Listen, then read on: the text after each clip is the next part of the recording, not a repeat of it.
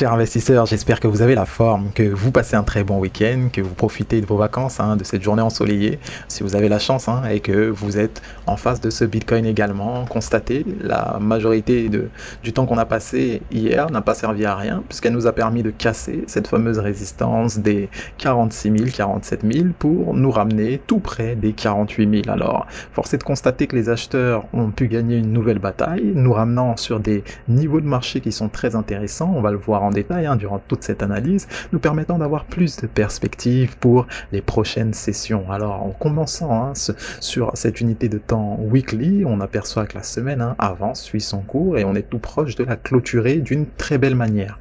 Pourquoi? Tout simplement parce que vous vous apercevez très bien, on est en pleine cassure de cette fameuse Kijun. Il n'est pas bête de rappeler que c'est l'objectif de la semaine. On souhaite bien sûr clôturer au-dessus de cette Kijun en unité de temps hebdomadaire. Ce n'est pas pour rien, c'est parce que ça annonce un signal très fort, c'est donc de cassure par la même occasion de ces 0,5 de Fibonacci. On le rappelle, avec étude de cet indicateur plus l'étude de ce Fibonacci, vous apercevez naturellement qu'on est en pleine cassure des 0,5. Les 0,5 de Fibonacci, pour rappel, se situent autour des 46 800. Donc là, on est bien au-dessus. Après avoir bien consolidé, bien travaillé le prix sur ces niveaux-là hier, on a fini par avoir une résolution haussière à cette bataille. Donc c'est très intéressant, d'autant qu'en unité de temps journalière, vous apercevez assez bien le fait que l'on vienne casser tous les plus hauts des 3 dernières journées précédentes, d'accord? Alors on va s'attarder maintenant en retirant Fibonacci et en constatant que l'avalante qui est donc en cours là sur le Bitcoin face au dollar en unité de temps journalière est superbe. Et oui, comme vous l'apercevez, l'action du prix témoigne que les acheteurs ont fait un chandelier plein. Il n'y a quasiment pas de plus bas sur ce chandelier, c'est-à-dire que dès qu'on a ouvert le chandelier de cette journée, dès que la session journalière a commencé, vous avez vu donc les acheteurs se manifester pour ainsi très rapidement se retrouver sur des niveaux de marché qui nous servaient de travail, donc on a pas mal travaillé juste ici, et par la suite on a fini par casser donc tous ces plus hauts qui ont été précédemment créés. Vous voyez qu'actuellement donc on se situe sur des hauts de marché, tout proche de ce fameux nuage Ishimoku, le haut du nuage Ishimoku qui servait par la suite. Ceci dit, vous constatez qu'on est au-dessus de la Tenkan et de la Kijun, et même du nuage en question, si on se réfère à l'instant T, et ce qui est en somme un argument de poids. On voit que le prix est très bien dégagé, la tendance haussière continue son cours, elle suit très bien son cours, après une très belle zone de consolidation en soi, il est clair de constater qu'on a bien respiré pour ensuite repartir de plus belle. Ça témoigne de l'aspect sain de la tendance, on va le dire, et on souhaite que ça dure bien sûr. La semaine n'est pas terminée, mais il faut dire que ça semble très bien se dessiner. On avait pas mal de résistance effectivement, pas mal de résistance juste ici, c'est pas pour rien qu'on a travaillé en majorité de la journée bien juste sur ces niveaux-là, les 46 000 comme vous l'apercevez, 46 000, 46 200, 300 par là, c'était une zone de consolidation, même comme vous l'apercevez, on a pu très bien travailler ici, ça a été cassé sans problème durant la session de 22 heures à 2 heures du matin. Allez, on voit maintenant assez rapidement qu'en unité de temps 1 heure, de manière plus précise, le fait qu'on s'établisse assez bien, tout s'est joué à partir de 22 heures en fait.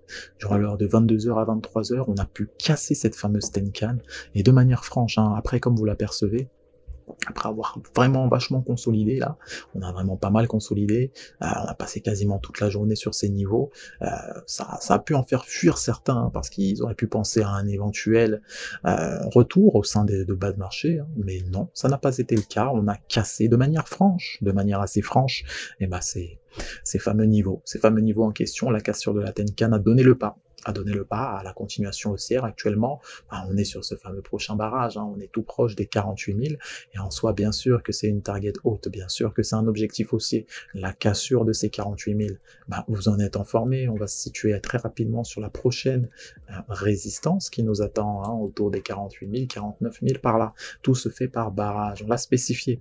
Il y a toujours des étages à passer, et à chaque étage, il y a une épreuve, il y a une zone de bataille, il y a bien sûr un combat entre les acheteurs et les vendeurs, et à l'issue de ça, on voit celui qui a le plus de force. C'est ainsi la prochaine bataille qui nous attend, elle se situe, comme vous l'avez compris, autour des 48 000, 49 000 par là. Bah, c'est tout l'enjeu de cette journée, on espère, et même de la fin de cette semaine. En soi, on n'est pas pressé, hein. Ce qu'on souhaite, c'est que le prix effectue une tendance, mais de manière saine, effectue une tendance de manière posée, et surtout de manière durable, hein. Alors là, ça semble être le cas, on est tout proche donc de voir cela se réaliser. Alors l'Ethereum également très intéressant, vous apercevez qu'on a pu faire un très bel excès autour, même au-dessus de ces fameux 3300. On l'attendait et ça a été globalement le même schéma que sur le Bitcoin. En retirant Ichimoku, on aperçoit même d'autant plus l'aspect de cette tendance qui s'est déroulée hier. Donc on voit qu'on a passé une grande majorité de la journée à consolider pas mal autour des 3240 et après on a fait un petit retour sur des niveaux de marché autour des 3180, donc on n'a pas eu la force de retourner autour de ces 3170 en soi, c'était peut-être volontaire de la part des intervenants, pour ensuite repartir de plus belle. Alors là, ce que vous apercevez, c'est que cette consolidation, elle nous a tenu toute la journée, c'est-à-dire qu'en soi, avant ça, si on se fie au mouvement précédent, on avait eu une très belle impulsion. Très belle impulsion, on a respiré et on a cassé tous les niveaux qui étaient qui nous servaient de barrage.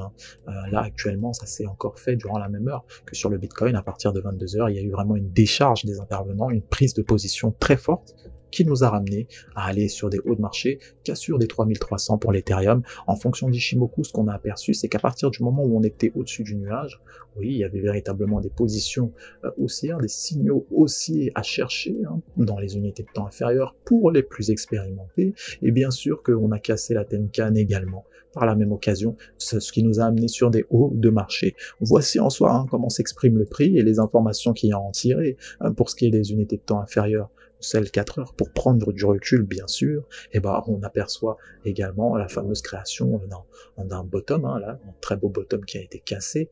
Bon, là on est sur des hauts de marché, bien sûr que l'objectif haussier c'est les 3300 et même par extension on va viser les 3350, mais si on devait viser des zones basses, là vous voyez qu'on pourrait s'attarder sur des 3200, d'accord, voire même les 3180 qu'on a atteint hier. Ça c'est pour les zones bien plus basses. Alors on voit que l'unité de temps journalière nous montre une cassure très forte de ce fameux niveau des 3160, vous l'apercevez, l'ensemble des ouvertures et des clôtures qui se sont passées sur ce niveau-là ont été bel et bien cassées. Qu'est-ce que ça veut dire? Ça veut dire qu'on avale tous ces plus hauts là, et on casse par la même occasion tout ce barrage là. Alors qu'est-ce que ça veut dire selon vous? Sachant que on est au-dessus du nuage et de la Kijun, et même de la Tenkan, alors là c'est vraiment une voie pour les acheteurs. Ils ont intérêt à pas perdre cette main, d'autant plus que la cassure de la Kijun a déjà effectué pour l'Ethereum. Vous voyez que des informations en vue de la continuation de la hausse s'additionnent. Et bien sûr, on va faire attention à ça durant les séances qui vont suivre. Vous savez, ceci étant dit, on vous souhaite de merveilleux trades. Prenez soin de vous et de vos finances. Quant à nous, n'oubliez pas, on se retrouve à la prochaine. Bye bye.